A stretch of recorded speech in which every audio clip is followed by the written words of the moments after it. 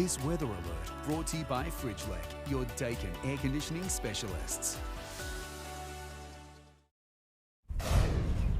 Well, if this month is anything to go by, this year's wet season is looking a whole lot better than last year. We received over 35 millimetres of rain across the city today, and if the forecast rain continues, we're on track tomorrow to double last year's rainfall totals for the month of October. Right now it's around 30 degrees, the humidity 45%. Taking a look at the satellite, a low pressure trough, cold front and associated cloud band extends from the top end through central Australia to the New South Wales and Victoria coasts and over the Tasman Sea. Across the country it will be partly cloudy, rather right across Queensland as temperatures heat up. Brisbane will reach a top of 27, showers developing for Melbourne and Adelaide, possible rain for Sydney with a maximum of 22. Hobart reaching overnight temperatures of 5 degrees and Perth will see a top of 24. Back home, showers and likely storms right across the top end. Palmerston and Humpty Doo a top of 33, 19 in Alice Springs with possible rain, and Yulara a minimum of 6 degrees. On the harbour, seas below half a metre, variable winds at 10 knots, strengthening northwesterly around midday. High tide of 6.4 metres after 8 a.m, dropping to just under 2 metres after 3 p.m.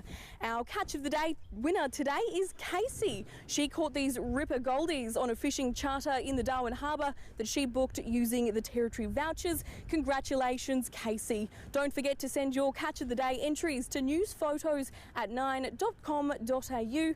Tomorrow, a potential storm on the way for Palmerston. Similar conditions in Humpty Doo with showers forecast, and that wet stormy weather will continue in Darwin with a top of 32. So the next 7 days you'll need to keep your umbrellas on you throughout the week until sunny skies are expected into the weekend. And Paul, the Weather Bureau is predicting Darwin will be treated to up to 15 millimetres of rain tomorrow. Cannot wait for that one. Thank you, Zarisha. See you again for more weather tomorrow as well.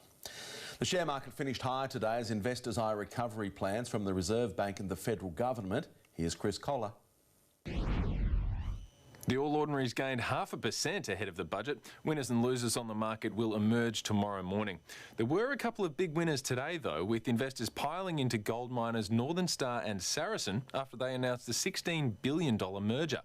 On the nose today was CSL, Telstra and Wesfarmers. They all dragged on the market.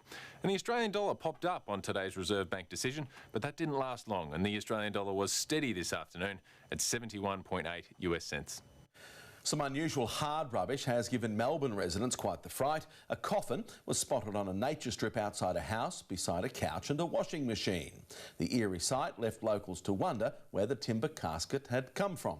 It was a real coffin. Apparently there was an old housemate who used to work at a funeral home and just brought home the cheapest coffin they could for one Halloween. With Halloween only weeks away, it didn't take long for someone to snatch up the coffin. A split-second decision has saved a man's life from a driver who'd fallen asleep at the wheel near Adelaide. His dash cam captures the moment. A white sedan veers onto the wrong side of the road. Acting quickly, the man swerves up against the guardrail, missing the full force of the oncoming car. Incredibly, no one was injured. And that is 9 News for this Tuesday. I'm Paul Taylor. From all of us here at the team, good night.